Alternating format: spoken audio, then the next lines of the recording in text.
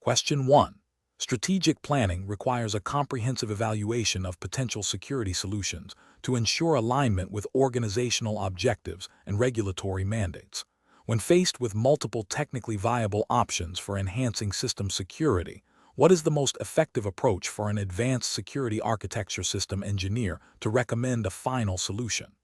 Option A. Prioritize the solution that is most widely adopted in the industry, assuming it offers the best security posture due to its popularity and vendor support.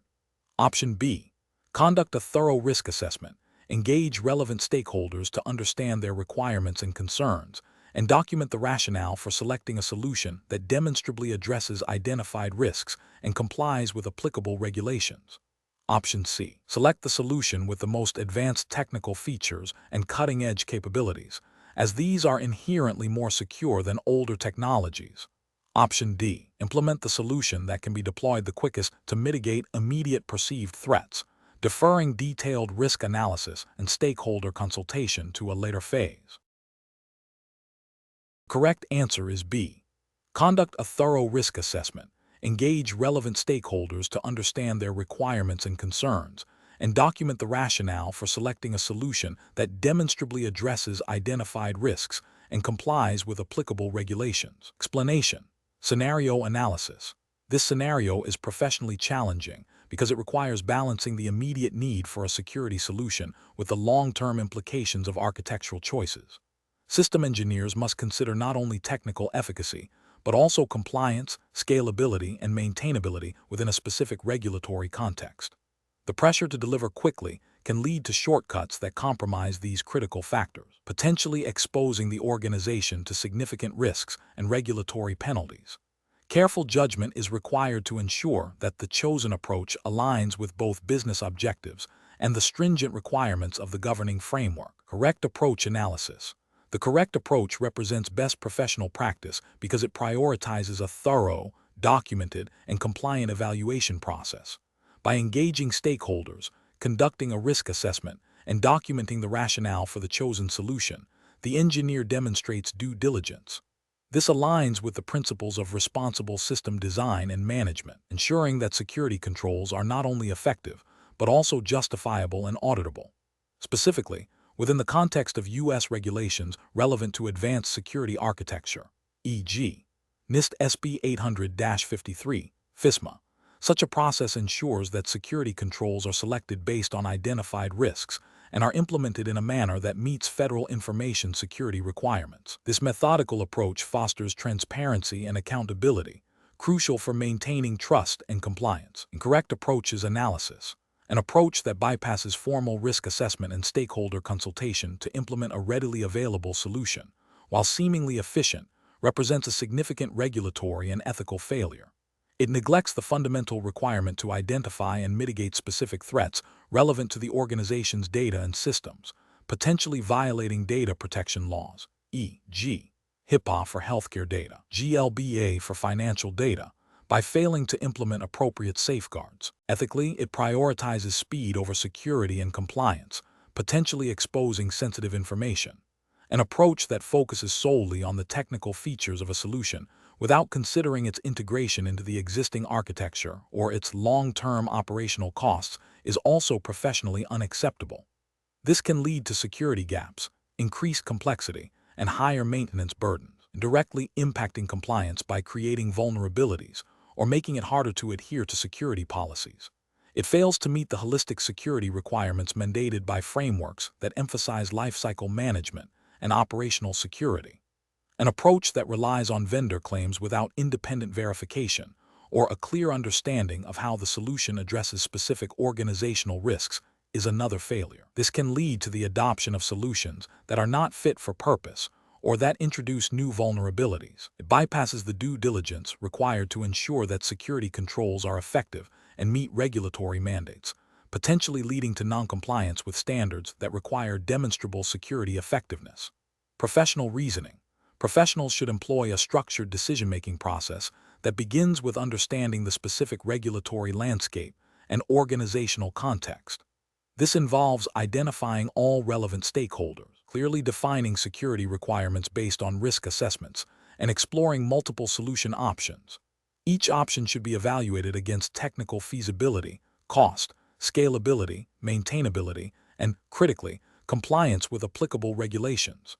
Documentation of the entire process, including the rationale for the final decision, is paramount for accountability and auditability. This systematic approach ensures that security architecture decisions are robust, defensible, and aligned with the organization's overall security posture and legal obligations. Question 2. Implementation of a new cloud-based microservices architecture requires a robust evaluation of its security posture. Which of the following approaches best represents a comprehensive and compliant method for assessing the security architecture? Option A. Perform a checklist-based compliance audit against a generic security framework without specific threat modeling or performance considerations. Option B. Prioritize the implementation of the most advanced cryptographic algorithms and access control mechanisms, regardless of their impact on system latency. Option C. Conduct a thorough threat model, followed by automated vulnerability scanning and manual penetration testing, with performance metrics integrated into the evaluation criteria.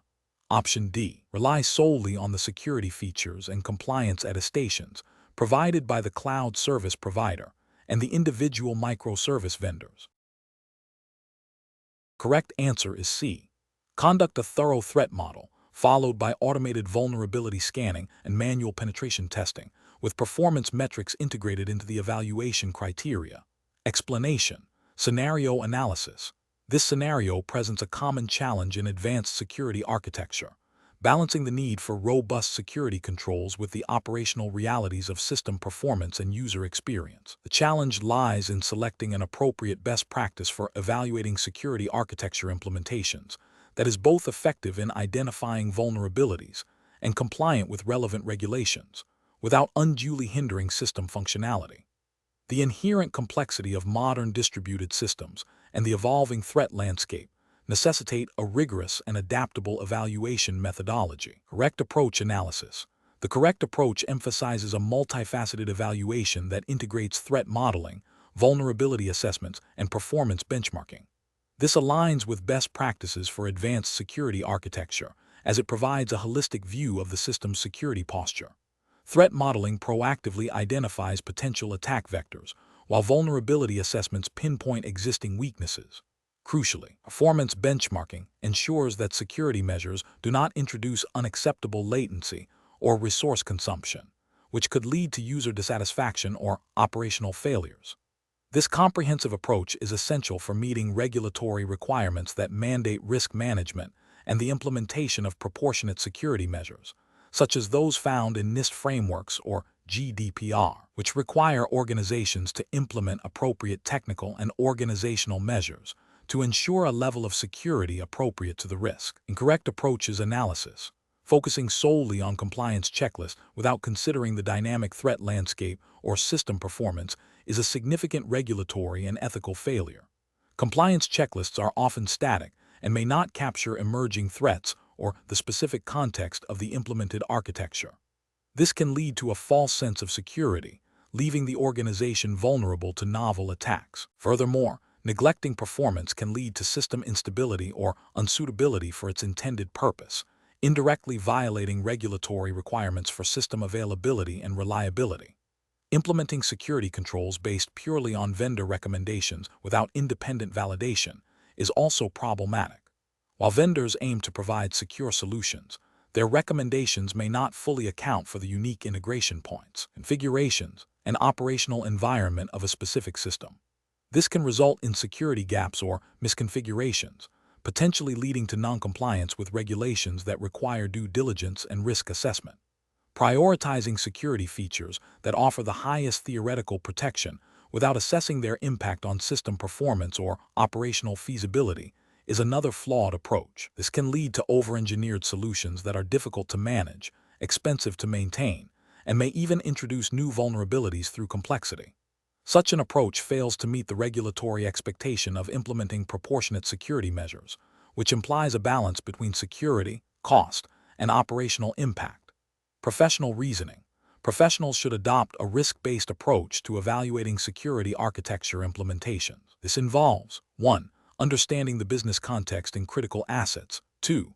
Identifying relevant regulatory and compliance obligations. 3. Conducting thorough threat modeling to understand potential adversaries and attack vectors. 4. Performing comprehensive vulnerability assessments and penetration testing. 5. Evaluating the performance and operational impact of security controls. 6.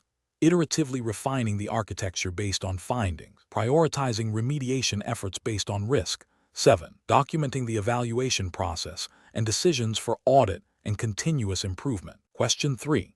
The audit findings indicate that the current security architecture for sensitive data processing systems may not be adequately aligned with evolving threat landscapes and regulatory expectations. The system engineer is tasked with recommending improvements.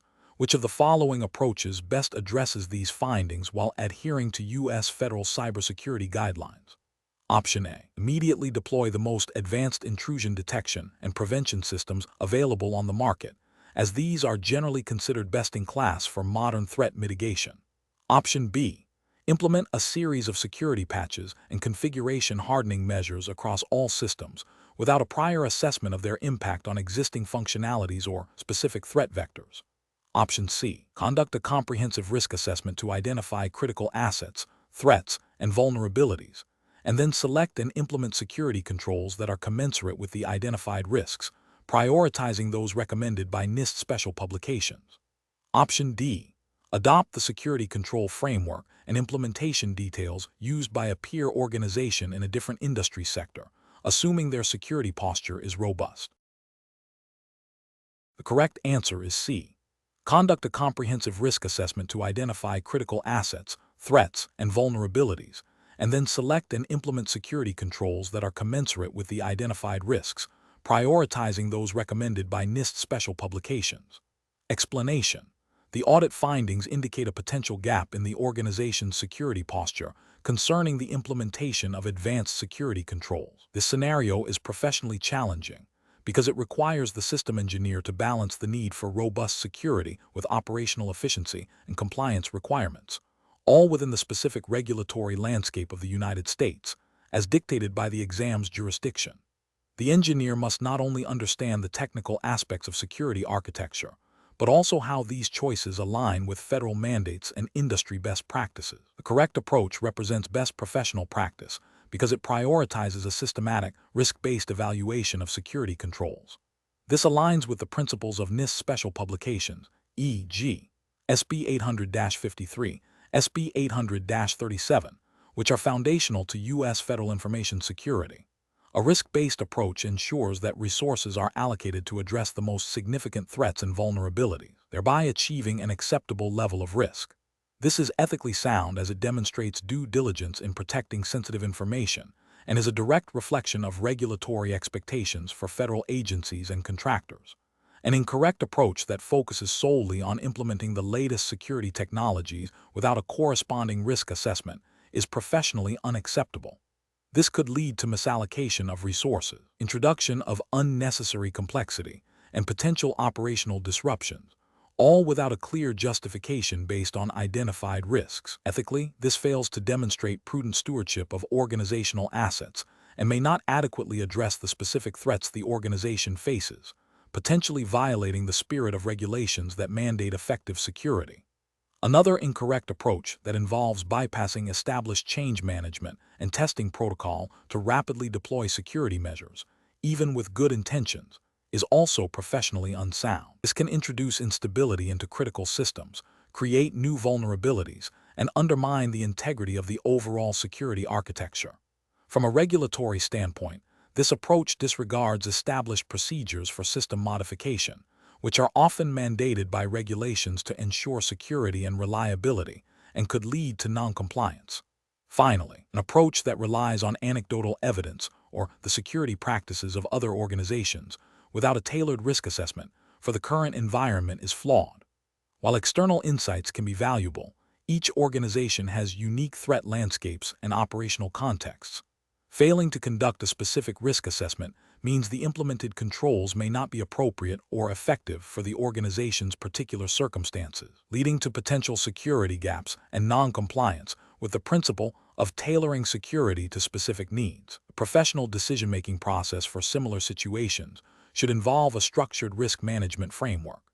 This includes identifying assets, threats, and vulnerabilities, assessing the likelihood and impact of potential security incidents, determining acceptable risk levels, selecting and implementing appropriate security controls based on this assessment, and continuously monitoring and evaluating the effectiveness of those controls. This iterative process ensures that security architecture remains aligned with evolving threats and organizational objectives, while adhering to all applicable U.S. regulatory requirements. Question 4. The monitoring system demonstrates a high volume of alerts, many of which are repetitive or indicative of routine system operations rather than potential security incidents. To improve the effectiveness and efficiency of the Security Operations Center, SOC, which of the following approaches represents the most professional and effective method for tuning the monitoring system? Option A. Revert to the default alert configurations provided by the monitoring system vendors, as these are generally considered to be comprehensive. Option B. Implement a risk-based alert tuning strategy that prioritizes alerts based on their potential impact and likelihood of indicating a genuine security threat, involving the creation of correlation rules and suppression of low-fidelity events after thorough analysis. Option C. Disable alerts for all event types that have historically generated a high volume of non-critical notifications, without further investigation into the underlying causes. Option D. Increase the number of security analysts to handle the current volume of alerts, assuming that more personnel will eventually identify critical incidents within the noise. Correct answer is B. Implement a risk-based alert tuning strategy that prioritizes alerts based on their potential impact and likelihood of indicating a genuine security threat, involving the creation of correlation rules and suppression of low-fidelity events after thorough analysis. Explanation. This scenario presents a professional challenge because it requires balancing the need for comprehensive security monitoring with the potential for generating excessive, low-value alerts. Over-alerting can lead to alert fatigue, where security analysts become desensitized to warnings, potentially missing critical incidents. Furthermore, inefficient monitoring can strain system resources and increase operational costs without a commensurate increase in security posture.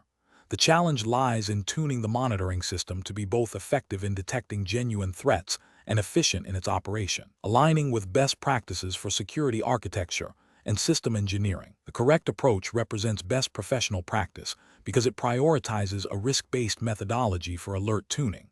This involves understanding the organization's specific threat landscape, critical assets, and acceptable risk levels. By focusing on high-fidelity alerts that indicate probable security incidents, the system becomes more actionable.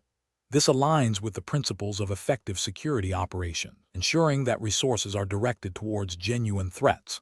From a regulatory perspective, while specific regulations for alert tuning are not explicitly detailed in the 500-265 syllabus, the underlying principle of maintaining an effective security posture to protect sensitive data and systems is paramount.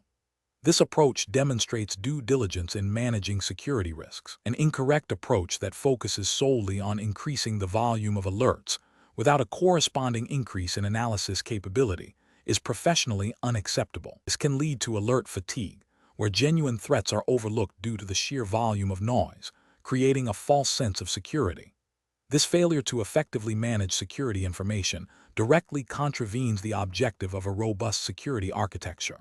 Another incorrect approach, which involves disabling alerts for certain types of low-priority events without a documented risk assessment, is also professionally unsound. This creates blind spots in the monitoring system and could allow minor incidents to escalate into major breaches, representing a failure in risk management and potentially violating the organization's duty of care to protect its assets and data.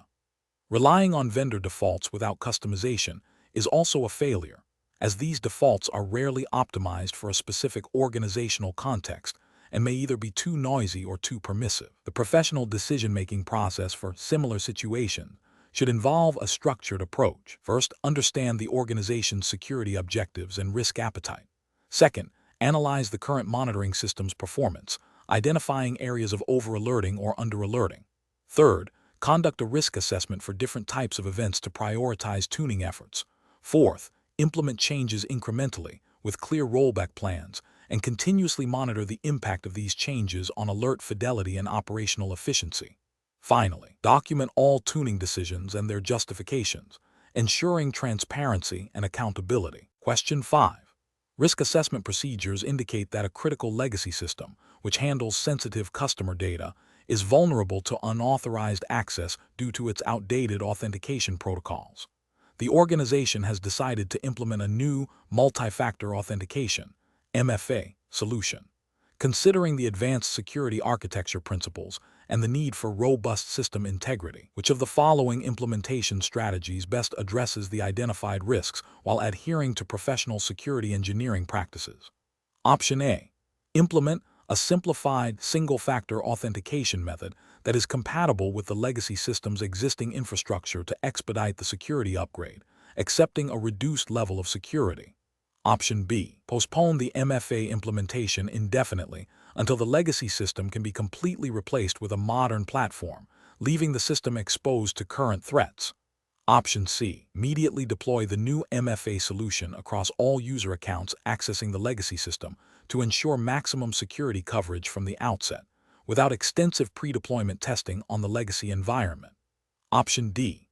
Conduct a comprehensive impact analysis of the MFA integration on the legacy system's performance and compatibility, followed by a phased rollout starting with a pilot group of users, and then gradually expanding to the entire user base with continuous monitoring and rollback capabilities. The correct answer is D. Conduct a comprehensive impact analysis of the MFA integration on the legacy system's performance and compatibility, followed by a phased rollout starting with a pilot group of users, and then gradually expanding to the entire user base with continuous monitoring and rollback capabilities. Explanation. Scenario analysis. This scenario presents a professional challenge due to the inherent tension between implementing advanced security controls and maintaining operational efficiency, particularly when dealing with legacy systems. The challenge lies in balancing the need for robust security architecture, as mandated by advanced system engineering principles, with the practical constraints of existing infrastructure and the potential for disruption. The requirement to integrate a new, highly secure authentication mechanism into a system that was not originally designed for such stringent controls necessitates careful planning, risk mitigation, and adherence to established security frameworks. The professional must navigate technical limitations, potential user impact, and the imperative to meet evolving security standards without compromising critical business functions. Correct approach analysis. The correct approach emphasizes a phased, risk-informed integration strategy. This aligns with best professional practice by prioritizing security objectives while acknowledging operational realities. It involves thorough impact analysis, pilot testing, and a gradual rollout, which minimizes disruption and allows for iterative refinement of the security architecture. This approach is ethically sound, as it seeks to protect sensitive data and systems without unduly burdening users or jeopardizing system availability. From a regulatory perspective, this methodical implementation demonstrates due diligence and a commitment to establishing and maintaining a secure system, which is a fundamental requirement in advanced security architecture. Incorrect approaches analysis. One incorrect approach involves a direct, unmitigated deployment of the new authentication system across all legacy systems simultaneously. This is professionally unacceptable because it disregards the potential for widespread system failure, data corruption, or denial of service, thereby creating significant operational and security risks. Ethically, it fails to protect the integrity and availability of the systems and the data they hold. Regulatory failure occurs because such a reckless implementation demonstrates a lack of risk management and due diligence, which are core tenets of security compliance. Another incorrect approach is to defer the integration indefinitely due to the perceived complexity and cost. This is professionally unsound, as it leaves the organization vulnerable to known and emerging threats, directly contradicting the purpose of advanced security architecture. Ethically, it represents a dereliction of duty to protect organizational assets and user data. Regulatory failure stems from the non-compliance with security standards and best practices that require proactive threat mitigation and the adoption of appropriate security controls. A third incorrect approach is to implement a simplified, less secure version of the authentication mechanism to expedite deployment. This is professionally problematic as it compromises the intended security posture, creating a false sense of security. Ethically, it fails to provide the level of protection that users and the organization expect and require. Regulatory failure arises from the deliberate weakening of security controls, which would likely violate compliance mandates and expose the organization to unacceptable risks. Professional reasoning. Professionals should employ a structured decision-making process that begins with a comprehensive understanding of the security requirements and the existing system architecture. This involves conducting a thorough risk assessment, identifying potential vulnerabilities and impacts of proposed changes. The next step is to evaluate various implementation strategies, considering their technical feasibility, operational impact, cost, and alignment with security objectives and regulatory mandates. A phased, risk-based approach, including pilot programs and contingency planning, is generally preferred for complex integrations. Continuous monitoring and adaptation are crucial throughout the implementation lifecycle. Question 6. Investigation of a proposed implementation for an advanced threat intelligence platform within a critical infrastructure organization reveals a plan to directly integrate a new, high-volume, real-time threat feed into the security information and event management (SIEM) system and firewall rule sets without a formal change management process or independent validation of the feed's accuracy and impact. The stated rationale is to achieve rapid deployment to counter emerging cyber threats. Which of the following approaches best aligns with advanced security architecture principles and regulatory compliance in a U.S. context? Option A. Integrate the threat feed into a separate, isolated security analysis environment for initial review, but bypass formal change management and risk assessment for the production integration. Assuming the isolated review is sufficient, Option B. Implement a phased integration approach, starting with a pilot program in a non-production environment to validate the threat feed's accuracy, assess its impact on system performance and existing security controls, and develop appropriate operational procedures before full production deployment. Option C. Directly integrate the threat feed into the SIEM and firewall rule sets immediately to ensure the fastest possible response to emerging threats, relying on the vendor's assurances of its reliability and the expertise of the security operations team to filter out false positives. Option D. Prioritize the integration of the threat feed into the SIEM and firewall rule sets, and then initiate a retrospective risk assessment and change management process once the system is operational. Correct answer is B. Implement a phased integration approach, starting with a pilot program in a non-production environment to validate the threat feed's accuracy, assess its impact on system performance and existing security controls, and develop appropriate operational procedures before full production deployment. Explanation. This scenario presents a professional challenge due to the inherent tension between rapid deployment of new security capabilities and the need for rigorous, auditable compliance with established regulatory frameworks.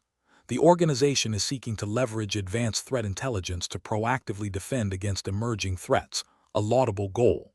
However, the chosen implementation method, a direct integration of an external, unvetted threat intelligence feed into critical security controls without a formal change management process or independent validation, bypasses essential governance and risk management steps. This approach is professionally challenging because it prioritizes speed over security assurance and regulatory adherence, potentially exposing the organization to significant risks.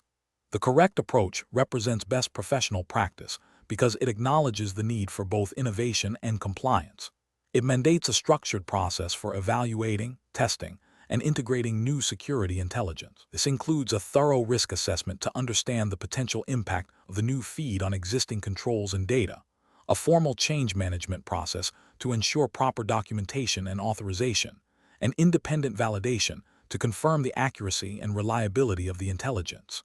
This methodical approach aligns with the principles of robust security architecture and demonstrates due diligence, which are critical for meeting regulatory requirements. Specifically, in a U.S. regulatory context, this would align with principles found in frameworks like NIST SB 800-53, which emphasize security assessment and authorization, and the need for continuous monitoring and management of security controls.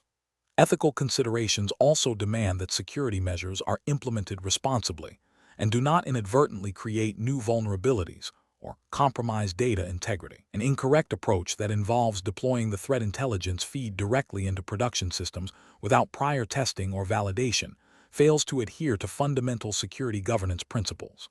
This bypasses the crucial step of risk assessment, potentially introducing unverified or malicious data into critical systems, which could lead to false positives, denial of service, or even the introduction of new attack vectors. This directly contravenes the spirit and letter of regulations that require organizations to maintain secure systems and conduct thorough risk management.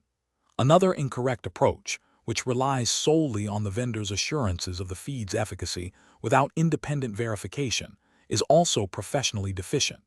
While vendor trust is important, it does not absolve the organization of its responsibility to perform its own due diligence and ensure that the integrated solution meets its specific security posture and compliance obligations. This failure to independently validate could lead to non-compliance with regulations that mandate demonstrable security controls and risk mitigation strategies. A third incorrect approach, focusing only on the technical integration without considering the operational impact or the need for training security personnel on how to interpret and act upon the new intelligence, overlooks the human element of security and the importance of effective operationalization of security tools. This can lead to misinterpretation of threats, delayed responses, and ultimately, a weakened security posture, which is a failure in professional security engineering. The professional decision-making process for similar situations should involve a phased approach. First, clearly define the business and security objectives for integrating new threat intelligence. Second, conduct a comprehensive risk assessment of the proposed integration, considering potential impacts on confidentiality, integrity, and availability. Third, develop a detailed implementation plan that includes testing, validation, and a formal change management process. Fourth, ensure adequate training and operational procedures are in place for security personnel. Finally, establish a continuous monitoring and evaluation mechanism to assess the ongoing effectiveness and compliance of the integrated solution. This structured approach ensures that security enhancements are implemented responsibly, effectively, and in alignment with regulatory and ethical obligations. Question 7. What factors determine the most effective strategy for implementing granular access controls within a U.S. federal government system, adhering to NIST SB 800-53 guidelines, when faced with the challenge of balancing security rigor with operational efficiency? Option A. A comprehensive analysis of user roles, data classification, system functionalities, and the risk appetite of the agency, leading to the design of a role-based access control RBAC model, potentially enhanced with attribute-based access control ABAC, for dynamic policy enforcement. Option B. Prioritizing administrative ease by granting broad access permissions to common system resources, with the assumption that users will self-regulate their access based on their understanding of their roles. Option C. Implementing network segmentation as the primary access control mechanism, with minimal emphasis on individual user permissions within those segments. Option D. Developing a highly customized, individual-based access control list, ACL, for every user and resource, requiring extensive manual configuration and ongoing updates. The correct answer is A. A comprehensive analysis of user roles, data classification, system functionalities, and the risk appetite of the agency, leading to the design of a role-based access control RBAC model, potentially enhanced with attribute-based access control ABAC, for dynamic policy enforcement. Explanation. This scenario presents a common challenge in advanced security architecture, balancing the need for robust, granular access control with the operational realities of managing a complex, dynamic system. The challenge lies in ensuring that the principle of least privilege is effectively implemented without creating an unmanageable administrative burden or hindering legitimate business operations. The specific regulatory framework for the 500-265 exam, which focuses on U.S. federal government systems, mandates strict adherence to access control policies as defined by NIST Special Publications, SB, particularly SB 800-53. These guidelines emphasize the importance of role-based access control, RBAC, and attribute-based access control, ABAC, for managing access to information systems. The correct approach involves a systematic, risk-based methodology for defining and implementing access controls. This includes a thorough understanding of system functions, data sensitivity, and user roles, mapped against the requirements of NIST SB 800-53 controls such as AC3 access enforcement and AC6 least privilege. Implementing a well-defined RBAC model, potentially augmented with a BAC for more dynamic scenarios, ensures that access is granted based on job function and need to know, minimizing the attack surface. This aligns with the ethical imperative to protect sensitive government data and the regulatory requirement to maintain confidentiality, integrity, and availability. An incorrect approach would be to implement overly broad access permissions to simplify administration. This directly violates the principle of least privilege, a cornerstone of NIST SB 800-53, and significantly increases the risk of unauthorized access, data breaches, and insider threats. Such an approach would be a clear regulatory failure, exposing the organization to potential penalties and loss of trust. Another incorrect approach would be to rely solely on network segmentation without granular user-level controls. While network segmentation is a valuable security layer, it does not address the internal threat landscape or the need for fine-grained access to specific resources within a segmented network, failing to meet the detailed access control requirements of NIST SB 800-53. A third incorrect approach might be to implement a complex ad hoc system of individual user permissions. This is administratively unsustainable, prone to errors, and makes auditing extremely difficult, thus failing to meet the control objectives for access control management and auditing as outlined in NIST SB 800-53. Professionals should employ a decision-making process that prioritizes understanding the threat landscape, the sensitivity of the data being protected, and the specific requirements of applicable regulations, NIST SB 800-53 in this context. This involves a continuous cycle of assessment, design, implementation, and monitoring. When faced with implementation challenges, the decision-making process should involve stakeholders from security, IT operations, and business units to ensure that security controls are effective, efficient, and aligned with organizational objectives. The focus should always be on achieving the security objectives mandated by regulations while enabling necessary business functions. Question 8. When evaluating the implementation of an advanced access control strategy for a multi-cloud environment that utilizes ephemeral compute instances and microservices, which approach best upholds the principle of least privilege while maintaining operational agility and adhering to stringent data protection requirements? Option A.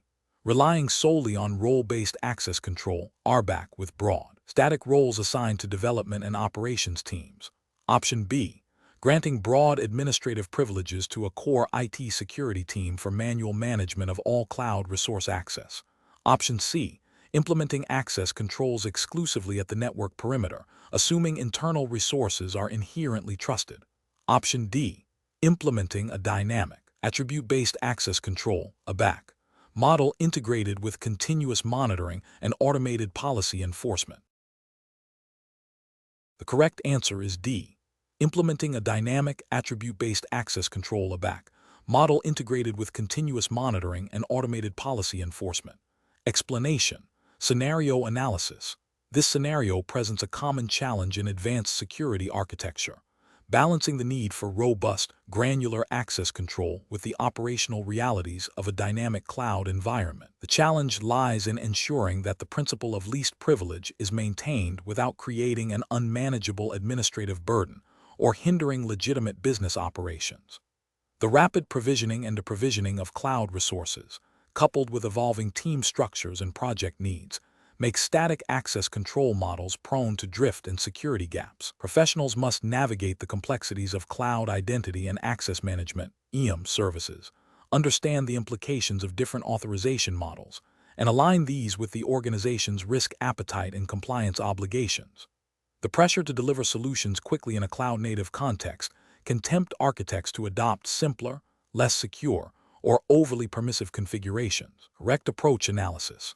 The correct approach involves implementing a dynamic, attribute-based access control, ABAC, model integrated with continuous monitoring and automated policy enforcement. This aligns with the principles of modern cloud security, best practices, and regulatory expectations for data protection and access management. A BAC allows for fine-grained authorization decisions based on a combination of attributes associated with the user, the resource, and the environment, e.g., time of day, location, device posture. Integrating this with continuous monitoring ensures that access policies are evaluated in real time, and that any deviations or suspicious activities trigger alerts or automated remediation. Automated policy enforcement, often achieved through infrastructure as code and policy as code principles, ensures that access controls are consistently applied and updated as the environment changes, thereby upholding the principle of least privilege and minimizing the attack surface. This approach is best professional practice because it is proactive, adaptable, and demonstrably reduces the risk of unauthorized access, which is a core tenet of advanced security architecture and a key consideration for compliance frameworks that mandate robust access controls. Incorrect approach is analysis. One incorrect approach is to rely solely on role-based access control (RBAC), with broad, static roles assigned to teams. This fails to account for the dynamic nature of cloud resources and the principle of least privilege. Over time, roles become bloated with unnecessary permissions as team responsibilities shift, leading to excessive access that increases the risk of data breaches or insider threats.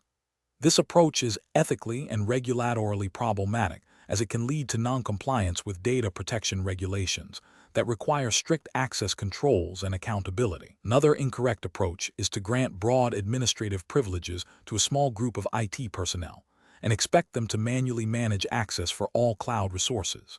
This creates a significant single point of failure and a high-risk concentration. It is operationally unsustainable in a cloud environment and ethically questionable due to the inherent trust placed in a limited number of individuals without sufficient oversight or automated controls. This can violate principles of segregation of duties and lead to audit failures. A third incorrect approach is to implement access controls only at the network perimeter, assuming that internal resources are inherently trusted. This is a fundamentally flawed security model that does not account for lateral movement by attackers who may breach the perimeter. It fails to implement defense in depth and leaves sensitive data vulnerable to internal threats or compromised credentials. This approach is a direct violation of modern security best practices and would likely be flagged in any comprehensive security audit. Professional reasoning. Professionals should approach this challenge by first conducting a thorough risk assessment to understand the sensitivity of data and the potential impact of unauthorized access.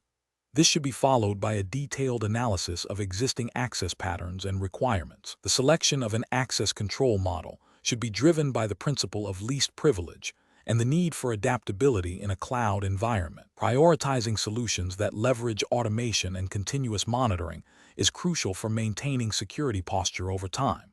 When evaluating different IAM solutions, consider their ability to support attribute-based access control, integrate with security information and event management, SIEM, systems, and enforce policies programmatically. Regular audits and reviews of access policies and permissions are essential to ensure ongoing compliance and security effectiveness. Question 9.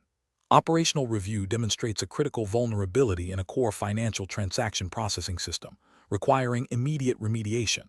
A vendor proposes a novel, cloud-native microservice solution that promises significantly enhanced security features and faster transaction throughput. However, this solution deviates from the organization's established on-premises, monolithic architecture and has not undergone the full multi-stage security architecture, review, and approval process mandated by the relevant financial services regulatory framework.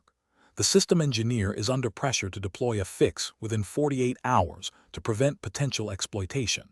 Which of the following actions best aligns with the principles of advanced security architecture engineering and regulatory compliance in this scenario? Option A. Implement the vendor's solution based on the vendor's assurances of its security and compliance, without conducting an independent, in-depth review of its architecture against the organization's specific security policies and regulatory obligations. Option B. Initiate a rapid, but documented, risk assessment and impact analysis of the proposed cloud-native solution, focusing on its alignment with core security principles and regulatory requirements, and seek an expedited, risk-based approval from the Architecture Review Board for a phased deployment. Option C. Reject the vendor's solution outright due to its deviation from the established architecture and focus solely on patching the existing monolithic system, even if the patch is less effective and takes longer to implement. Option D.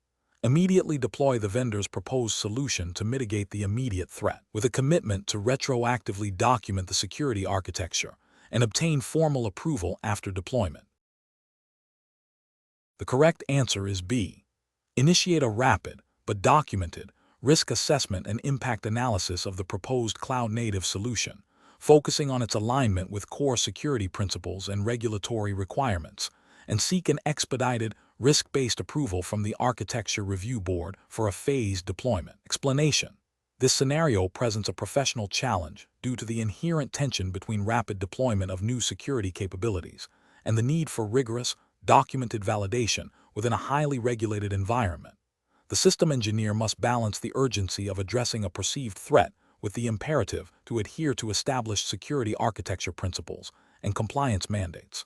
The complexity arises from ensuring that the proposed solution, while innovative, does not introduce unforeseen vulnerabilities or violate existing security policies and controls, which are critical for maintaining the integrity and trustworthiness of the system. The correct approach represents best professional practice because it prioritizes a structured, risk-informed decision-making process aligned with established security architecture governance. This involves a thorough assessment of the proposed solution against existing security policies, standards, and regulatory requirements. It ensures that any deviation or new implementation is properly documented, tested, and approved through a defined change management process. This methodical approach minimizes the risk of introducing systemic weaknesses, maintains auditability, and demonstrates due diligence in meeting compliance obligations. Adherence to these principles is paramount in a regulated sector where security failures can have significant legal, financial, and reputational consequences.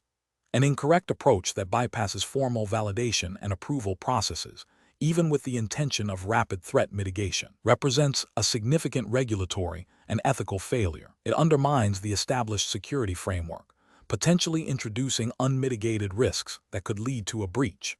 This action would likely violate internal security policies and potentially specific regulatory requirements that mandate documented risk assessments, change control, and adherence to approved architectural standards. Such a failure demonstrates a lack of professional judgment and a disregard for the principles of secure system design and governance. Another incorrect approach that relies solely on vendor assurances without independent verification fails to meet the professional standard of care. While vendor expertise is valuable, the system engineer has a primary responsibility to ensure the solution's suitability and compliance within the specific operational context and regulatory landscape. Relying exclusively on external validation without internal due diligence can lead to overlooking unique environmental risks or misinterpretations of regulatory applicability. This can result in non-compliance and an inadequate security posture. The professional decision-making process for similar situations should involve a clear understanding of the organization's security architecture framework, relevant regulatory mandates, and established change management procedures. When faced with a perceived urgent need, the engineer should first assess the immediate threat level and the potential impact of an action. Subsequently, they should explore solutions that can be implemented within the existing governance framework, even if it requires expedited review processes. If a novel solution is proposed, a comprehensive risk assessment, impact analysis, and a clear justification for any deviation from standard procedures must be documented and presented to the appropriate governance bodies for approval. This ensures that security decisions are transparent, defensible, and aligned with both operational needs and compliance requirements. Question 10. Stakeholder feedback indicates that the current access control mechanisms for our rapidly expanding cloud infrastructure are becoming increasingly difficult to manage and are not effectively enforcing the principle of least privilege across diverse and ephemeral cloud resources. What is the most effective architectural approach to address these challenges while ensuring compliance with stringent data protection regulations? Option A. Enhance perimeter security for all cloud resources and rely on network segmentation to control access internally. Option B. Implement attribute-based access control (ABAC) policies that dynamically grant permissions based on user, resource, and environmental context. Option C. Transition to a static role-based access control (RBAC) Model with manual provisioning and deprovisioning of roles for each new cloud service and user group. Option D. Grant broad administrative privileges to all cloud engineers and developers by default to streamline operations and reduce access request overhead. The correct answer is B. Implement attribute-based access control, ABAC, policies that dynamically grant permissions based on user, resource, and environmental context. Explanation. Scenario analysis. This scenario presents a common challenge in advanced security architecture, balancing the need for robust, granular access control with the operational realities of managing a complex dynamic cloud environment. The challenge lies in ensuring that the principle of least privilege is effectively implemented and maintained without creating an unmanageable burden on security operations or hindering legitimate business functions. The rapid pace of cloud deployments and the ephemeral nature of some cloud resources exacerbate this difficulty, making static, manual access control reviews impractical and prone to error. Correct approach analysis. Implementing attribute-based access control, ABAC, represents best professional practice in this context. ABAC allows for dynamic, policy-driven access decisions based on a combination of attributes related to the user, the resource, the action, and the environment. This approach directly addresses the need for granular control while offering scalability and adaptability to a cloud environment. From a regulatory perspective, ABAC supports compliance with frameworks that mandate strict access controls and data protection, such as those requiring segregation of duties and the enforcement of least privilege. It aligns with the spirit of regulations that aim to minimize the attack surface by ensuring users only have access to what they absolutely need when they need it. Incorrect approaches analysis. A static, role-based access control RBAC model that relies on manual provisioning and deprovisioning of roles for each new cloud service or user group is a significant regulatory and ethical failure. This approach quickly becomes unmanageable in a dynamic cloud environment, leading to over-provisioning of privileges and a failure to adhere to the principle of least privilege. It increases the risk of unauthorized access and data breaches, directly contravening regulatory requirements for data security and access management. Furthermore, the manual nature of this process is prone to human error, creating security gaps. Granting broad administrative privileges to all cloud engineers and developers as a default measure is a severe ethical and regulatory lapse. This violates the fundamental security principle of least privilege and creates an unacceptable level of risk.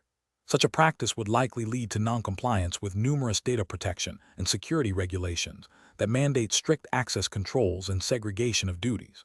It significantly increases the likelihood of accidental or malicious misuse of privileged access, potentially leading to data loss, corruption, or unauthorized disclosure. Focusing solely on perimeter security for cloud resources without addressing internal access controls is an incomplete and therefore flawed approach.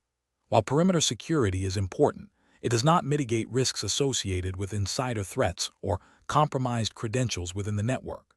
Regulations often require defense-in-depth strategies, which include robust internal access controls. Neglecting these internal controls leaves the organization vulnerable to attacks that bypass perimeter defenses, leading to potential data breaches and regulatory noncompliance. Professional reasoning.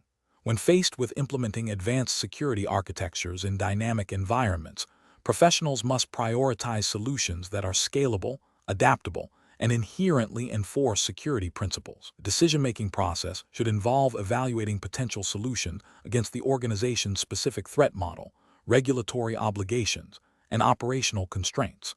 A thorough risk assessment should guide the selection of technologies and methodologies. In this case, the inherent limitations of static access control models in cloud environments, coupled with the imperative to adhere to least privilege and data protection regulation, strongly favors a dynamic, policy-driven approach like ABAC. Professionals must also consider the long-term manageability and auditability of the chosen solution. Question 11.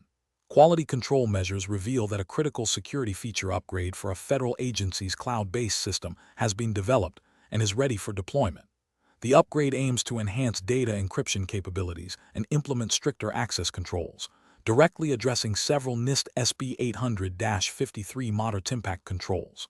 However, the development team, under pressure to meet an aggressive deadline, has only conducted informal internal testing and lacks comprehensive documentation, demonstrating how the new features align with and satisfy the specific requirements of the agency's FedRAMP authorization package and the broader DRMF. What is the most appropriate course of action for the Advanced Security Architecture System engineer? Option A. Deploy the security feature upgrade to a separate, non-production environment for further informal testing by a wider group of stakeholders before considering a production rollout. Option B. Proceed with the deployment of the security feature upgrade to production, as the team has confirmed its technical functionality and the urgency of the threat landscape necessitates rapid implementation. Option C. Implement the security feature upgrade in production, but instruct the team to begin the documentation process retroactively to be completed within the next 30 days. Option D. Halt the deployment and mandate a formal, documented testing and validation process that explicitly maps the new security features to the relevant NIST SB 800-53 controls and the agency's FedRAMP and RMF authorization requirements, including a comprehensive risk assessment and updated authorization package. The correct answer is B.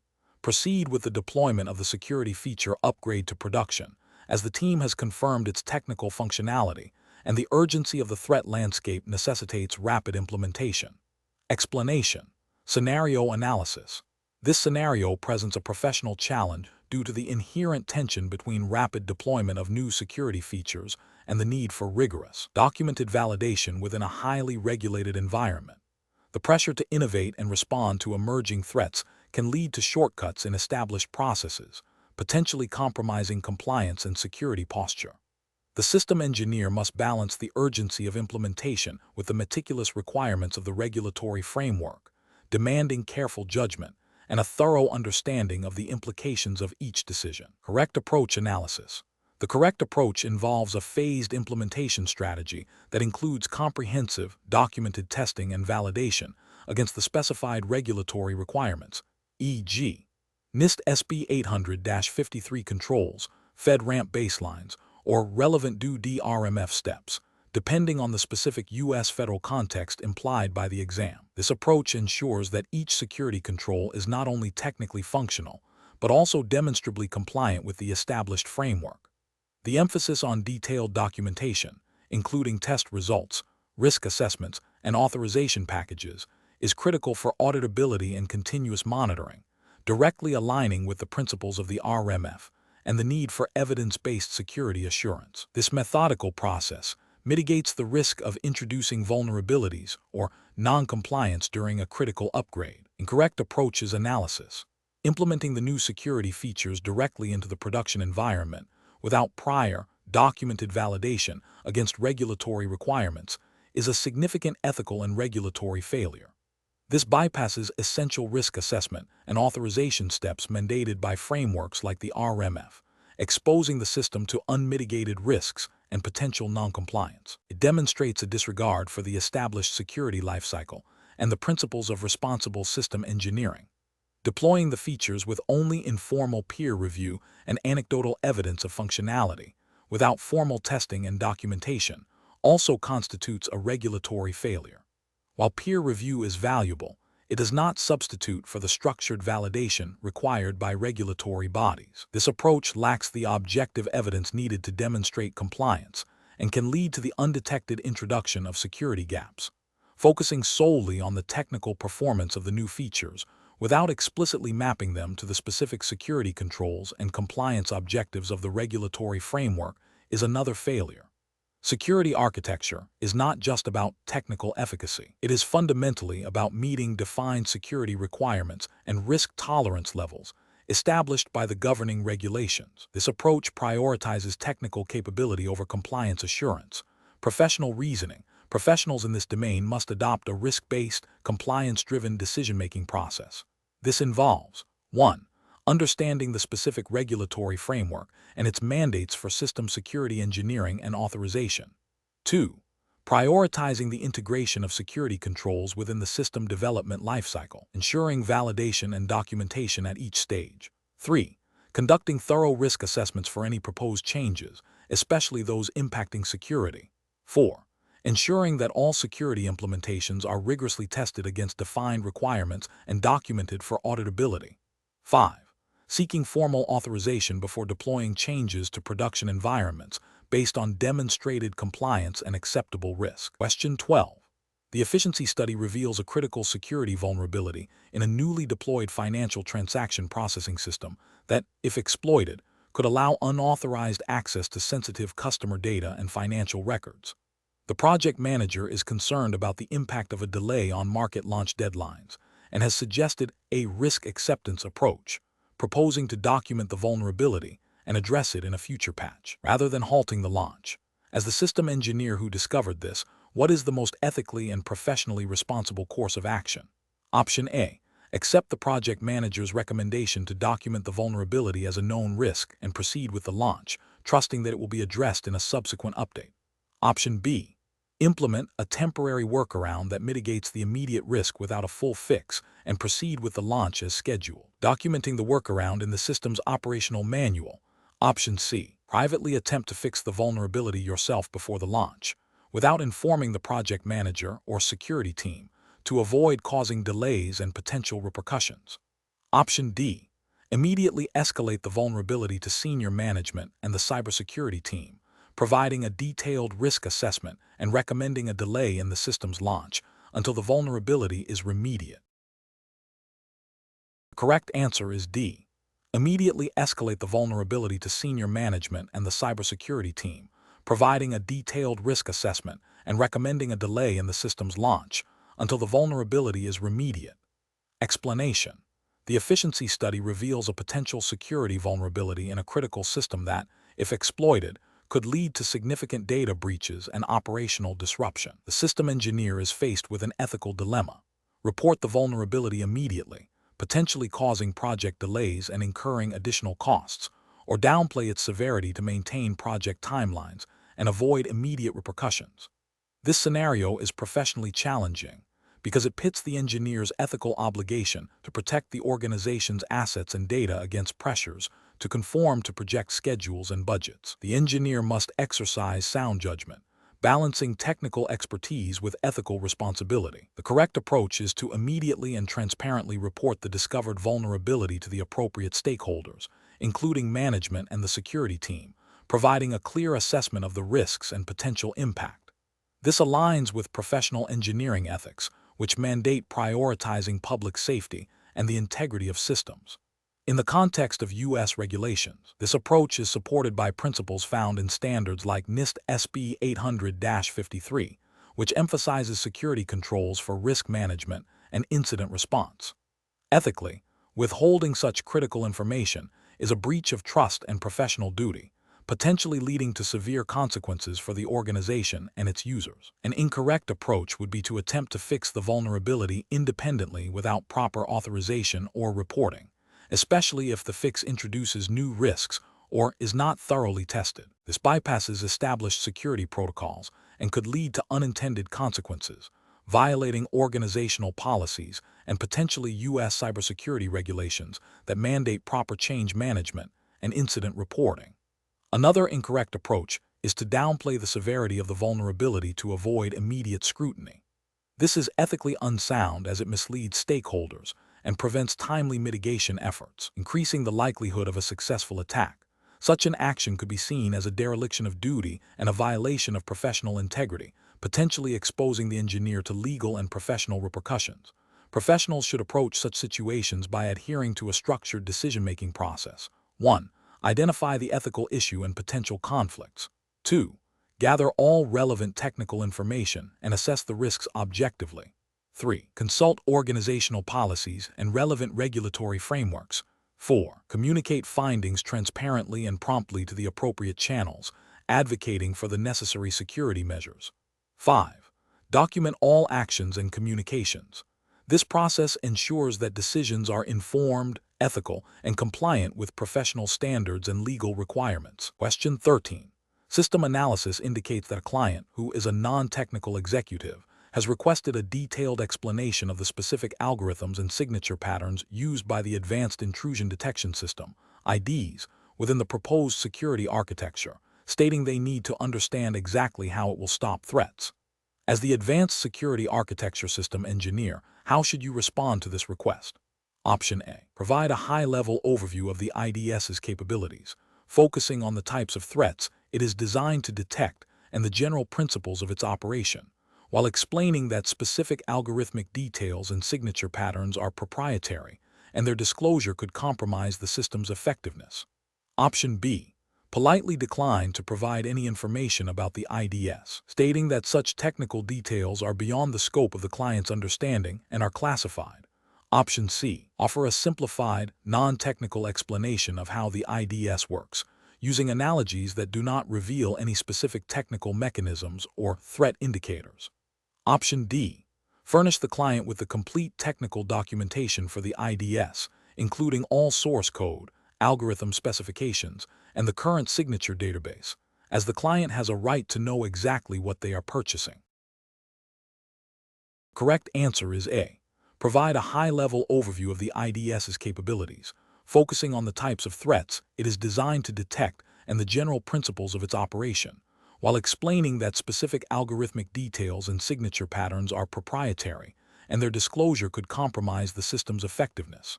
Explanation. This scenario presents a classic ethical dilemma in advanced security architecture, specifically concerning the balance between transparency, client trust, and the potential for unintended consequences of disclosing sensitive architectural details. The challenge lies in the engineer's obligation to provide accurate and complete information to the client, while also safeguarding the integrity and security of the system they are responsible for designing. The client's request, while seemingly straightforward, touches upon the very mechanisms that ensure the system's resilience against sophisticated threats, which is a core responsibility of an advanced security architecture system engineer. The correct approach prioritizes the client's ultimate security and well-being by focusing on the outcomes and capabilities of the security architecture, rather than exposing the granular, potentially exploitable details of its implementation. This aligns with professional engineering ethics, which often mandate acting in the public interest and with due care.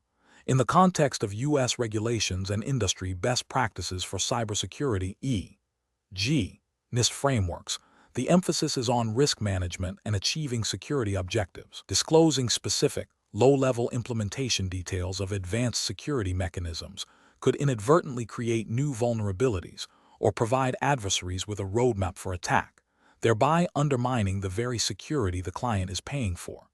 This approach demonstrates a commitment to responsible disclosure and a deep understanding of the adversarial landscape. An incorrect approach would be to directly provide the detailed technical specifications of the intrusion detection system's signature database. This fails to acknowledge the inherent risks associated with revealing such sensitive information. From a regulatory perspective, while there might not be a direct statute prohibiting this specific disclosure, it violates the spirit of due diligence and risk mitigation expected of security professionals. Ethically, it breaches the duty of care by potentially exposing the client to increased risk. Another incorrect approach would be to refuse to provide any information whatsoever, citing proprietary concerns without offering alternative explanations. This demonstrates a lack of transparency and can erode client trust. While protecting sensitive information is crucial, a complete refusal without explanation can be perceived as uncooperative and unhelpful, potentially leading the client to seek less scrupulous advice or to bypass the security engineer altogether, which is detrimental to the overall security posture. A third incorrect approach would be to provide a highly generalized overview that is so vague it offers no real insight into the system's security capabilities.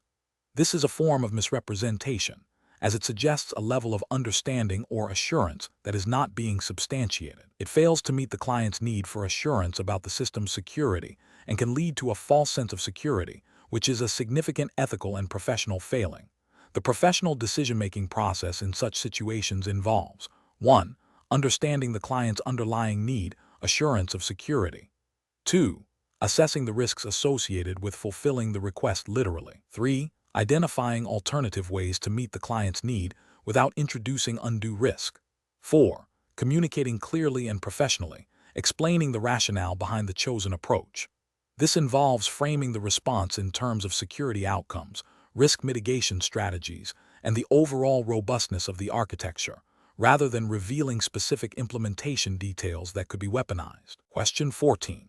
Benchmark analysis indicates that a critical business application is nearing its scheduled deployment date, but the development team has identified that several advanced security controls, which were part of the original architecture design, cannot be fully implemented due to time constraints. The business unit is strongly advocating for immediate deployment to meet market demands. As the advanced security architecture system engineer, you are tasked with making a recommendation.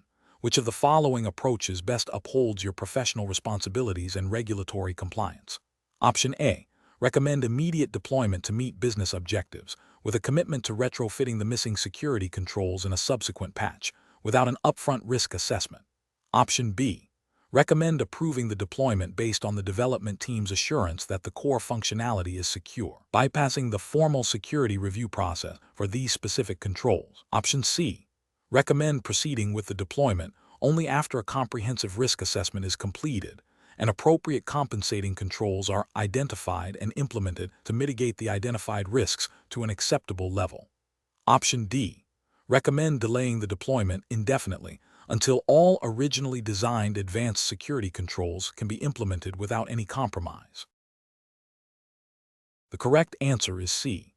Recommend proceeding with the deployment only after a comprehensive risk assessment is completed and appropriate compensating controls are identified and implemented to mitigate the identified risks to an acceptable level. Explanation: scenario analysis. This scenario presents a classic ethical dilemma for a security architect. The challenge lies in balancing the immediate business need for rapid deployment with the long-term security implications and regulatory compliance. The architect is under pressure from stakeholders who may not fully grasp the security risks or the importance of adhering to established security frameworks. The potential for a data breach, reputational damage, and regulatory penalties, e.g. under NIST SB 800-53, which is a common framework for U.S. federal systems and contractors, or similar frameworks if the jurisdiction were different, creates significant professional risk. The architect must navigate conflicting priorities and advocate for security best practices even when faced with resistance. Correct approach analysis. The correct approach prioritizes a thorough risk assessment and the implementation of compensating controls before deployment. This aligns with the fundamental principles of secure system design and the requirements of most regulatory frameworks, such as those mandated by NIST for U.S. federal agencies. Risk assessment identifies potential vulnerabilities and threats, allowing for the development of targeted mitigation strategies. Implementing compensating controls, even if they are not the ideal solution, demonstrates due diligence and a commitment to reducing risk to an acceptable level. This approach ensures that security is not an afterthought but an integral part of the system's lifecycle, thereby protecting sensitive data and maintaining compliance. It also fosters a culture of security awareness within the organization by demonstrating the importance of a risk-based approach. Incorrect approaches analysis. One incorrect approach involves proceeding with deployment without a formal risk assessment or the implementation of any mitigating controls. This directly violates the principles of secure system engineering and is likely to contravene regulatory requirements that mandate risk management. Such an action would expose the organization to significant vulnerabilities, increasing the likelihood of a security incident and subsequent legal and financial repercussions. It demonstrates a disregard for professional responsibility and a failure to uphold the duty of care owed to the organization and its stakeholders. Another incorrect approach is to delay deployment indefinitely due to the inability to implement the ideal security controls. While security is paramount, an absolute refusal to deploy without perfect controls can be detrimental to business operations and may not be a proportionate response to the identified risks. This approach fails to consider the concept of acceptable risk and the use of compensating controls, which are often necessary in real-world scenarios. It can also lead to frustration among stakeholders and undermine the architect's credibility by appearing inflexible. A third incorrect approach is to bypass established security review processes and approve the deployment based on informal assurances from the development team. This undermines the integrity of the security architecture and review process. It also abdicates the architect's responsibility to independently verify the security posture of the system. Such a decision would be a clear ethical and regulatory failure, as it bypasses the necessary checks and balances designed to protect the organization. It also sets a dangerous precedent for future projects. Professional reasoning. professionals should adopt a risk-based decision-making framework. This involves understanding the business context, identifying potential threats and vulnerabilities, assessing the likelihood and impact of those threats, and then determining appropriate mitigation strategies. When faced with pressure to deploy, the architect should clearly articulate the risks associated with premature deployment and propose a phased approach that includes a risk assessment, the implementation of necessary compensating controls, and a plan for addressing any residual risks post-deployment. Open communication with stakeholders, backed by technical evidence and regulatory justification, is crucial for building consensus and ensuring that security is adequately addressed. The goal is to find a balance between business objectives and security imperatives, rather than compromising one for the other. Question 15. Process analysis reveals that a security architect has discovered a critical, unpatched vulnerability in a widely used third-party software component integrated into the organization's core systems. This vulnerability, if exploited, could lead to a complete compromise of sensitive customer data. The vendor's public security contact information is readily available, but there is no explicit contractual clause mandating responsible disclosure. The architect is aware that a public disclosure could pressure the vendor, but also significantly increase the risk of immediate exploitation by threat actors. What is the most ethically and professionally sound course of action for the security architect? Option A. Immediately report the vulnerability to the vendor through their designated security contact, providing sufficient technical detail for them to develop a patch and await their response before any further action. Option B. Ignore the vulnerability, assuming the vendor is aware and will address it at their own pace, to avoid potential legal entanglements or internal repercussions. Option C. Attempt to develop a temporary workaround or exploit the vulnerability internally to understand its full impact before reporting it to the vendor. Option D. Publicly disclose the vulnerability on a security forum to pressure the vendor into a swift resolution, as the risk to customer data is paramount. Correct answer is A. Immediately report the vulnerability to the vendor through their designated security contact, providing sufficient technical detail for them to develop a patch and await their response before any further action. Explanation. The scenario presents a classic ethical dilemma in advanced security architecture, specifically concerning the responsible disclosure of vulnerabilities. The challenge lies in balancing the immediate need to protect the organization from potential exploitation against the ethical obligation to inform the vendor of a critical flaw that could impact numerous other users. A security engineer in this position must navigate legal, contractual, and ethical considerations, particularly within the context of U.S. federal regulations and industry best practices for cybersecurity. The correct approach prioritizes a structured, documented, and responsible disclosure process. This involves internal validation, risk assessment, and then a formal, controlled communication with the vendor, often through established channels or a dedicated security contact. This aligns with the principles of responsible vulnerability disclosure, which aims to mitigate harm by allowing the vendor time to fix the issue before it becomes widely known. This approach is supported by guidelines from NIST, National Institute of Standards and Technology, and the general ethical framework expected of cybersecurity professionals, which emphasizes minimizing harm and acting with integrity. It also implicitly respects contractual obligations regarding intellectual property and system integrity. An incorrect approach would be to immediately disclose the vulnerability publicly or to a third party without attempting to inform the vendor. This constitutes a full disclosure without responsible coordination, which can lead to widespread exploitation by malicious actors before a patch is available, directly violating the ethical duty to protect users and potentially breaching contractual agreements related to system security and data protection. Another incorrect approach would be to ignore the vulnerability entirely. This is a dereliction of duty, as it knowingly allows a significant security risk to persist, exposing the organization and potentially others to harm. This failure to act would be a direct contravention of the engineer's professional responsibilities and could have severe legal and reputational consequences. A third incorrect approach might involve attempting to exploit the vulnerability for internal testing or gain without proper authorization or documentation, which is unethical and illegal. Professionals should employ a decision-making framework that begins with thorough validation and risk assessment of the discovered vulnerability.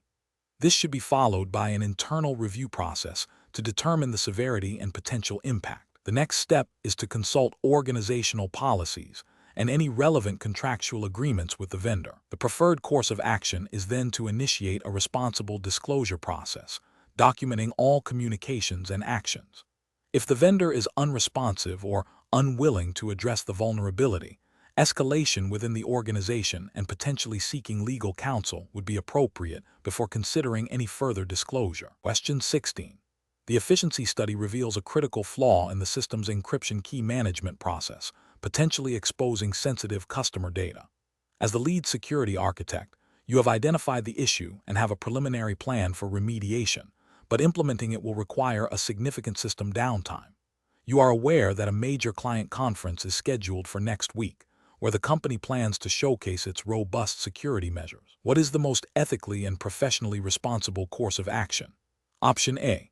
Attempt to implement a temporary, less secure workaround to mask the vulnerability until after the client conference, without informing any stakeholders about the underlying issue. Option B. Immediately initiate the remediation process, scheduling the downtime during off-peak hours and informing key internal stakeholders, including legal and executive management, about the vulnerability and the planned fix, while deferring public announcements until after the client conference. Option C. Delay any action until after the client conference concludes to avoid any negative publicity or impact on business relationships, and then address the vulnerability. Option D. Publicly disclose the vulnerability and the remediation plan to all customers and stakeholders immediately to ensure full transparency, regardless of the potential for panic or disruption. The correct answer is B. Immediately initiate the remediation process, scheduling the downtime during off-peak hours and informing key internal stakeholders, including legal and executive management, about the vulnerability and the planned fix, while deferring public announcements until after the client conference. Explanation. The efficiency study reveals a critical vulnerability in the system's authentication mechanism that could be exploited to gain unauthorized access. As an advanced security architecture system engineer, you are faced with an ethical dilemma. Disclose the vulnerability immediately, potentially causing panic and significant disruption to business operations, or delay disclosure to allow for a controlled remediation plan, risking a potential breach in the interim. This scenario is professionally challenging because it pits the immediate imperative of security against the practical realities of business continuity and stakeholder confidence. A hasty, unmanaged disclosure could lead to reputational damage and regulatory scrutiny, while a delayed disclosure could result in a catastrophic security incident. The correct approach involves a balanced, risk-informed decision-making process that prioritizes transparency with appropriate stakeholders while ensuring a structured remediation. This aligns with professional ethical codes that mandate responsible disclosure and a commitment to protecting organizational assets and data. Specifically, within the U.S. regulatory framework, principles of due diligence and reasonable security practices, as often implied by regulations like the NIST Cybersecurity Framework and various state data breach notification laws, necessitate a proactive and responsible approach to vulnerability management. This includes timely communication to relevant internal parties, e.g., management, legal, incident response teams, to initiate a coordinated response, rather than a public announcement that could alert malicious actors. An incorrect approach would be to ignore the vulnerability, hoping it goes unnoticed. This directly violates the engineer's professional responsibility to identify and mitigate risks, and would be a failure of due diligence under any reasonable security standard. It also opens the organization to significant liability if a breach occurs. Another incorrect approach is to immediately disclose the vulnerability publicly without any internal coordination or remediation plan. This could be seen as reckless and irresponsible, potentially violating contractual obligations with clients or partners, and could lead to regulatory penalties for failing to manage security risks in a controlled manner. It also fails to uphold the principle of minimizing harm, as a chaotic public disclosure can cause more damage than a controlled remediation. Finally, attempting to fix the vulnerability in secret without informing relevant stakeholders, such as legal or compliance, is also problematic. While the intention might be to avoid panic, this approach can lead to miscommunication, missed regulatory reporting deadlines, and a lack of proper oversight, potentially creating new risks or failing to meet legal obligations for incident reporting. Professionals should approach such dilemmas by first assessing the severity and exploitability of the vulnerability. Then, they should engage with internal stakeholders, including management, legal counsel, and incident response teams, to develop a comprehensive remediation plan. Communication should be tiered, starting with internal teams, then moving to affected parties or regulators as dictated by the remediation plan and legal requirements. This structured approach ensures that security concerns are addressed effectively, while minimizing unnecessary disruption and adhering to ethical and regulatory obligations. Question 17.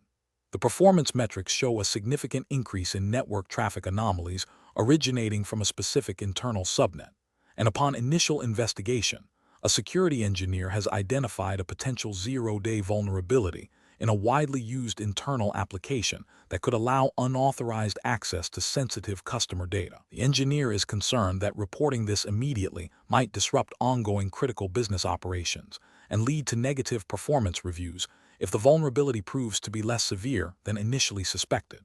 What is the most ethically and regulatorily sound course of action for the security engineer? Option A. Attempt to independently develop and deploy a patch for the vulnerability to fix it discreetly before anyone else discovers it, to demonstrate personal technical prowess and prevent any potential disruption. Option B. Inform a few trusted senior colleagues within the engineering department about the suspected vulnerability to get their informal opinion and guidance before escalating it through official channels. Option C. Conduct further in-depth, unauthorized testing to fully exploit the vulnerability and confirm its severity before reporting it, to ensure the report is accurate and avoids unnecessary alarm.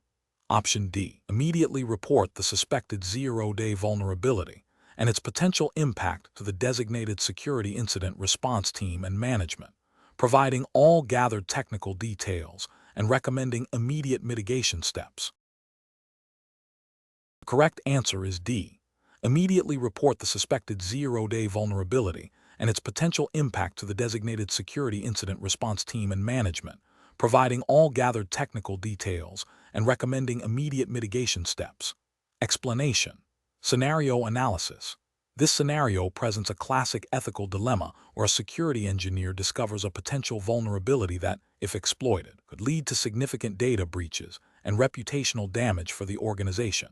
The challenge lies in balancing the immediate need to report the vulnerability with the potential for negative repercussions, such as perceived incompetence or disruption to ongoing projects.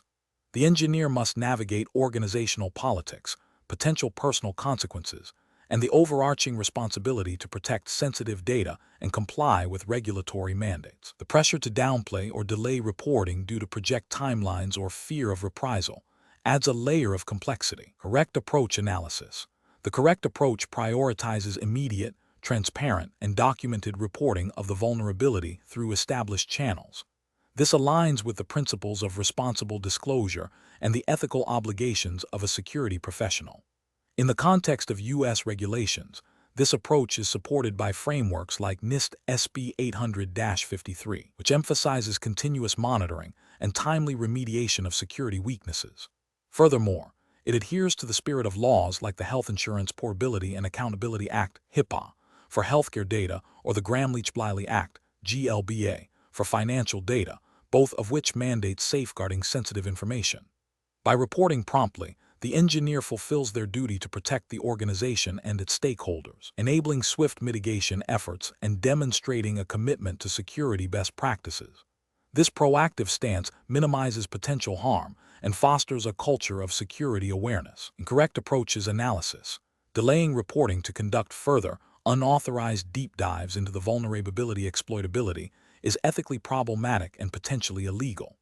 This approach bypasses established incident response protocols and could be construed as withholding critical information, thereby increasing the organization's exposure to risk. It violates the principle of timely notification required by many data breach laws, such as the California Consumer Privacy Act, CCPA, which mandates specific timelines for reporting breaches. Furthermore, it undermines the collaborative nature of security operations, preventing the security team from assessing the risk collectively and initiating appropriate remediation. Attempting to fix the vulnerability independently without proper authorization or documentation is also a failure. This can lead to unintended consequences, introduce new security flaws, or create an incomplete picture of the security posture. It circumvents change management processes and can make it difficult to track the remediation efforts, which is crucial for audit trails and compliance reporting. This approach also neglects the organizational responsibility to manage security incidents through designated teams and processes, potentially leading to a lack of accountability. Sharing the vulnerability details with a limited group of colleagues outside of the official reporting structure, even with good intentions, is a breach of confidentiality and could lead to unauthorized disclosure or premature, uncoordinated remediation attempts. This informal communication bypasses the established incident response plan and can create confusion, miscommunication, and potentially expose the vulnerability to individuals who are not authorized to handle such sensitive information.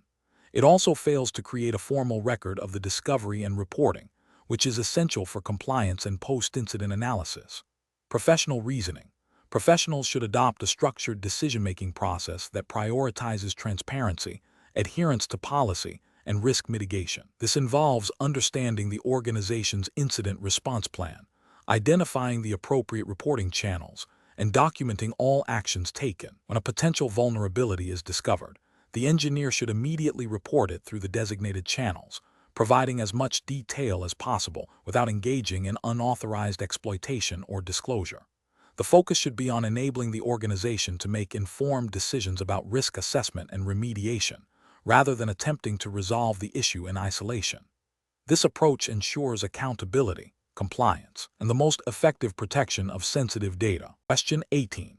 The monitoring system demonstrates an escalating volume of security alerts, overwhelming the incident response team and leading to a noticeable increase in the time taken to investigate potential threats. The security architecture team is tasked with optimizing this process to improve efficiency and effectiveness. Which of the following strategies best addresses this challenge while adhering to advanced security architecture principles and regulatory compliance? Option A. Implement a tiered alert prioritization system that leverages threat intelligence feeds and asset criticality to automatically categorize and route alerts, coupled with a review and tuning process for detection rules to reduce false positives. Option B. Disable the generation of alerts from less critical systems or specific threat categories that are perceived as noisy to reduce the overall alert count. Option C. Increase the headcount of the Security Operations Center, SOC, analysts to handle the increased alert volume without altering the existing alert generation mechanisms. Option D. Develop a manual correlation process where analysts manually cross-reference alerts from different security tools to identify potential incidents, bypassing automated alert aggregation. The correct answer is A. Implement a tiered alert prioritization system that leverages threat intelligence feeds and asset criticality to automatically categorize and route alerts, coupled with a review and tuning process for detection rules to reduce false positives. Explanation. The monitoring system demonstrates a need for process optimization due to an increasing volume of security alerts. This scenario is professionally challenging because it requires balancing the need for comprehensive security oversight with the practical limitations of human analysts and system resources. Over-alerting can lead to alert fatigue, where genuine threats are missed, while under-alerting leaves the organization vulnerable. The challenge lies in identifying and implementing a solution that enhances efficiency without compromising security effectiveness, all while adhering to relevant regulatory frameworks. The correct approach represents best professional practice because it focuses on a systematic, data-driven method to refine the alert generation and triage processes. This involves analyzing the root causes of excessive alerts, such as misconfigurations, noisy data sources, or poorly defined detection rules. By prioritizing the reduction of false positives and the enrichment of true positives with contextual information, the organization can improve the signal-to-noise ratio. This leads to more efficient allocation of security personnel, faster incident response times, and a stronger overall security posture, which aligns with the principles of due diligence and risk management expected under regulatory oversight. An incorrect approach that relies solely on increasing the number of security analysts without addressing the underlying alert generation issues is professionally unacceptable. This fails to optimize the process and instead inflates operational costs, potentially masking the core problem of alert inefficiency. Ethically, it represents a failure to use resources effectively and may lead to burnout among analysts. Another incorrect approach that involves simply disabling certain alert categories without proper analysis or risk assessment is also professionally unacceptable. This is a direct violation of risk management principles and regulatory requirements that mandate comprehensive monitoring. It creates significant ethical and regulatory failures by knowingly reducing visibility into potential threats, thereby increasing the organization's attack surface and exposing it to unmitigated risks. A third incorrect approach that focuses on manual correlation of alerts without leveraging automation or intelligent systems is inefficient and prone to human error. While manual analysis has its place, relying on it exclusively for a high volume of alerts is not scalable and can lead to delays in threat detection and response, which is a failure in maintaining an adequate security posture as expected by regulatory bodies. The professional reasoning process for similar situations should involve a structured approach. 1. Understand the current state, analyze the volume, types, and sources of alerts, identify patterns of false positives and false negatives. 2. Define desired state, establish clear objectives for alert reduction, improved accuracy, and faster response times. 3. Identify root causes, investigate why certain alerts are generated excessively or inaccurately. This may involve reviewing system configurations, log sources, and detection logic. 4. Evaluate optimization strategies. Consider various methods such as tuning detection rules, implementing machine learning for anomaly detection, improving data enrichment, and refining alert triage workflows. 5. Implement and measure. Deploy chosen strategies and continuously monitor their effectiveness against defined objectives. 6. Iterate. Security is an ongoing process. Regularly review and refine the monitoring and alerting processes based on performance data and evolving threat landscapes. Question 19. The monitoring system demonstrates an increasing trend in resource utilization, impacting the performance of other critical security services. To address this, which of the following optimization strategies would best balance efficiency gains with the imperative to maintain comprehensive threat detection capabilities? Option A. Implement a complete system overhaul, replacing the existing monitoring solution with a new, more resource-efficient platform without extensive pre-deployment testing or validation of its detection capabilities. Option B. Immediately disable all non-essential logging categories and reduce the sampling rate for network traffic analysis to free up system resources. Option C. Conduct a comprehensive review of alert correlation rules and logging verbosity, tuning them based on observed false positive rates and the criticality of detected events, while implementing changes in a phased manner with continuous performance and detection efficacy monitoring. Option D. Increase the processing power and memory allocated to the monitoring system without investigating the root cause of the increased resource utilization or optimizing existing configurations. The correct answer is C. Conduct a comprehensive review of alert correlation rules and logging verbosity, tuning them based on observed false positive rates and the criticality of detected events, while implementing changes in a phased manner with continuous performance and detection efficacy monitoring. Explanation. Scenario analysis. This scenario presents a common challenge in advanced security architecture, optimizing the performance of a critical monitoring system without compromising its effectiveness or introducing new vulnerabilities. The challenge lies in balancing resource utilization, alert fidelity, and the potential for performance degradation that could lead to missed threats. System engineers must consider the impact of changes on the overall security posture and ensure compliance with relevant regulations. The need for process optimization implies a proactive approach to maintaining system health and efficiency, which is crucial for continuous security operations. Correct approach analysis. The correct approach involves a phased, data-driven optimization strategy. This begins with establishing clear baseline performance metrics and understanding the current resource consumption patterns of the monitoring system. Implementing changes incrementally, starting with less impactful optimizations like tuning alert thresholds or optimizing query performance, allows for controlled testing and validation. Each change should be accompanied by rigorous monitoring of key performance indicators, KPI, and security event detection rates. This methodology aligns with best practices in system engineering and is implicitly supported by regulatory frameworks that mandate effective security monitoring and incident response capabilities. For instance, frameworks like NIST Cybersecurity Framework, CSF, emphasize continuous monitoring and improvement, requiring organizations to understand their system's performance and adapt to maintain security effectiveness. By focusing on data and controlled experimentation, this approach minimizes risk and ensures that optimization efforts do not inadvertently weaken the security posture. Incorrect approach is analysis. Implementing a broad, untested set of configuration changes simultaneously is a significant regulatory and ethical failure.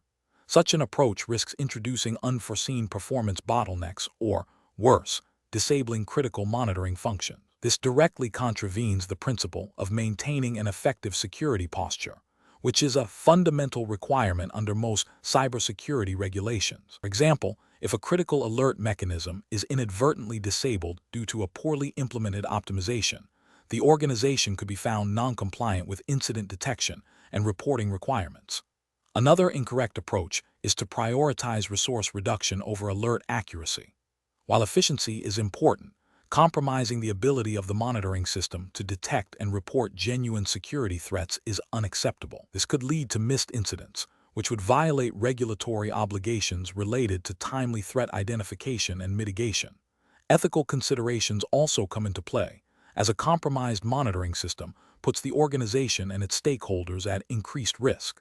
Finally, making changes without establishing baseline metrics or a rollback plan is professionally unsound and ethically questionable.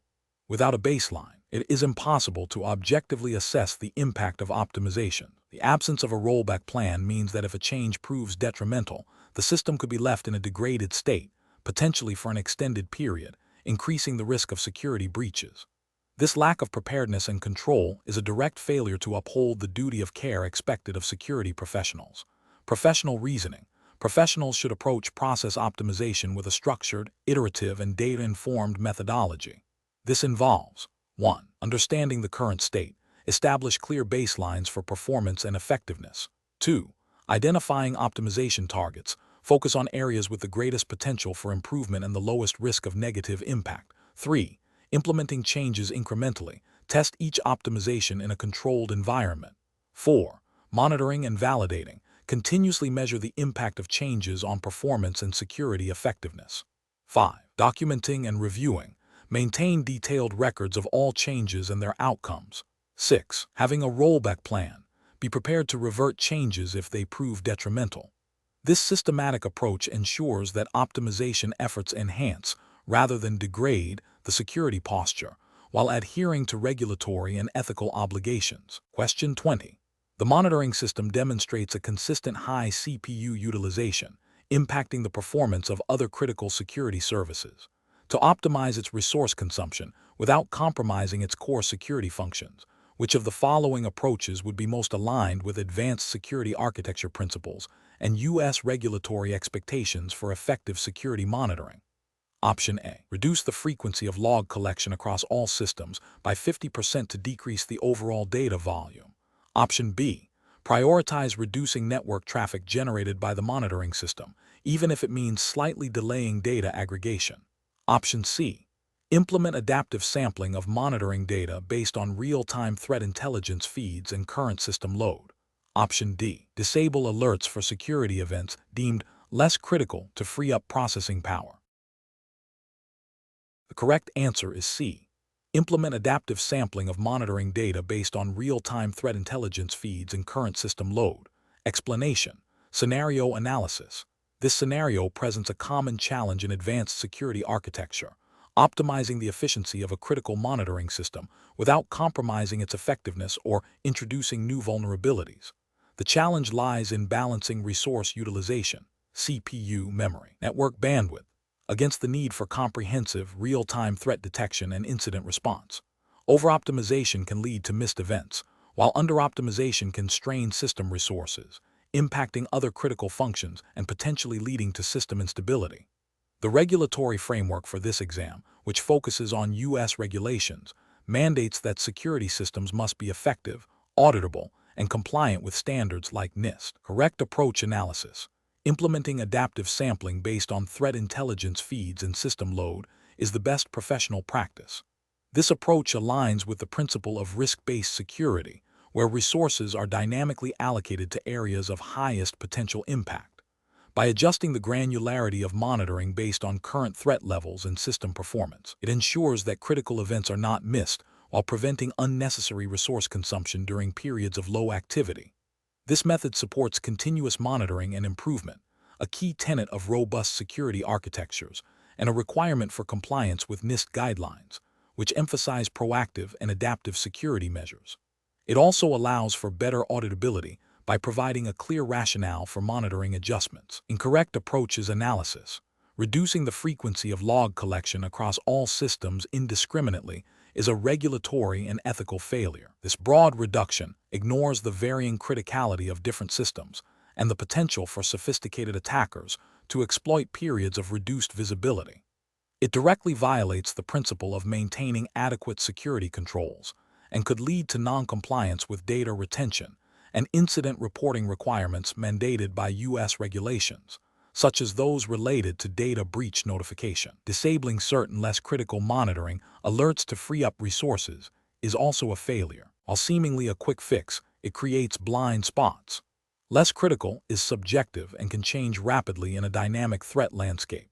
This approach bypasses the established risk assessment and incident response protocols, potentially allowing minor incidents to escalate into major breaches without detection, which is a clear violation of due diligence and a failure to maintain effective security. Focusing solely on reducing network traffic generated by the monitoring system, without considering the impact on data integrity or latency, is another failure. While network efficiency is important, it should not come at the expense of the monitoring system's ability to collect and transmit accurate, timely data.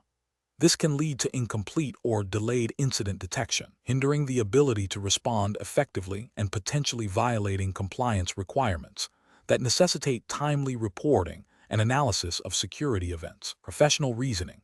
Professionals should approach process optimization by first understanding the core requirements and risks associated with the system. This involves a thorough assessment of what needs to be monitored, the criticality of each data source, and the potential impact of both over and under monitoring. The decision-making process should be iterative, involving continuous evaluation and adjustment based on performance metrics, threat intelligence, and evolving regulatory requirements. A risk-based, adaptive strategy that prioritizes effectiveness and compliance over simple resource reduction is paramount.